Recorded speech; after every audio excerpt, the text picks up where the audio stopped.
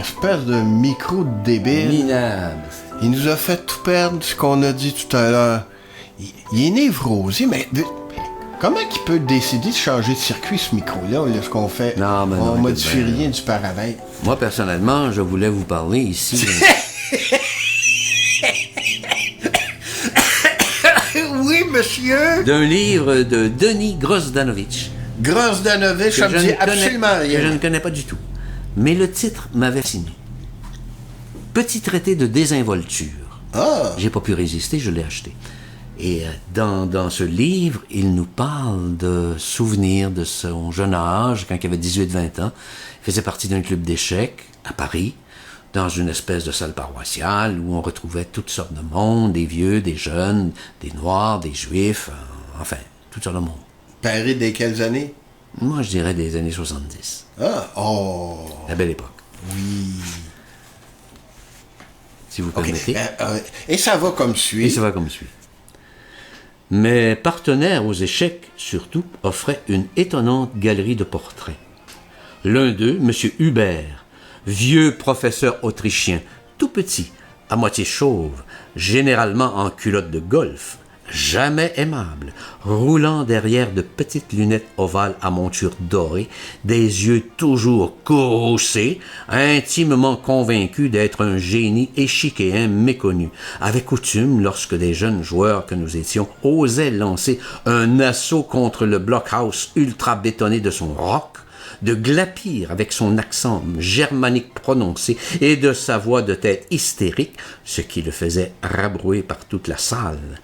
« Ach, la jeunesse catholique et sportive, fondement, la belle jeunesse innocente !»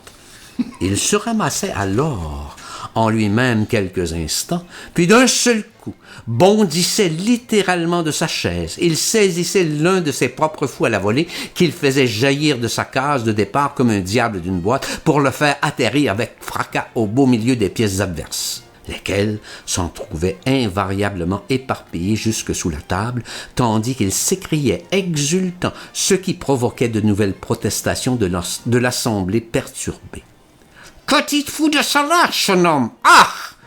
Ce n'est pas avec des ruses de Boy Scout que vous désarçonnerez le vieil fou mort! » Et il se renfrognait sur sa chaise jusqu'à la prochaine alerte.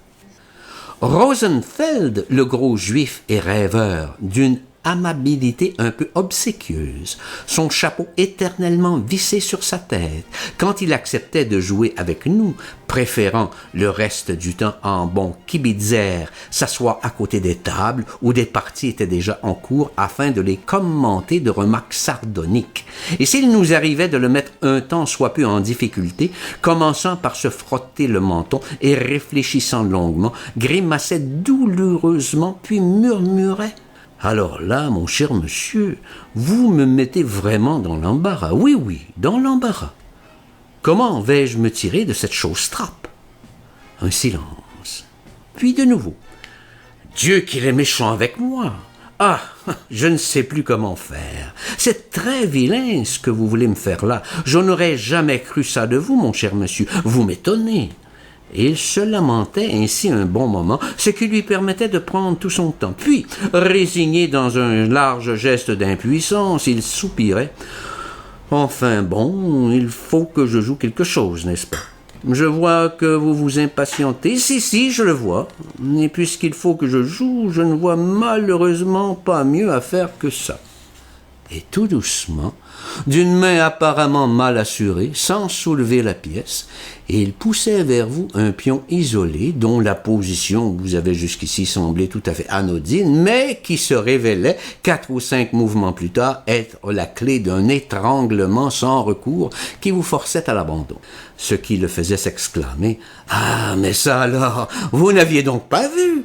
Oh, mais j'ai eu de la chance que vous soyez distrait aujourd'hui. Si, j'ai eu beaucoup de chance. Croyez bien que je suis désolé, moi je me suis étonné. Faisons donc une autre partie. Je suis sûr que celle-là, vous allez la gagner facilement. Vous êtes jeune et bien meilleur que moi. Si, j'en suis sûr. » Et le même scénario se répétait de façon presque identique, sans que nous parvenions jamais à remporter une seule partie contre Rosenfeld. Oh, bravo, bravo. Ah, j'aime ça.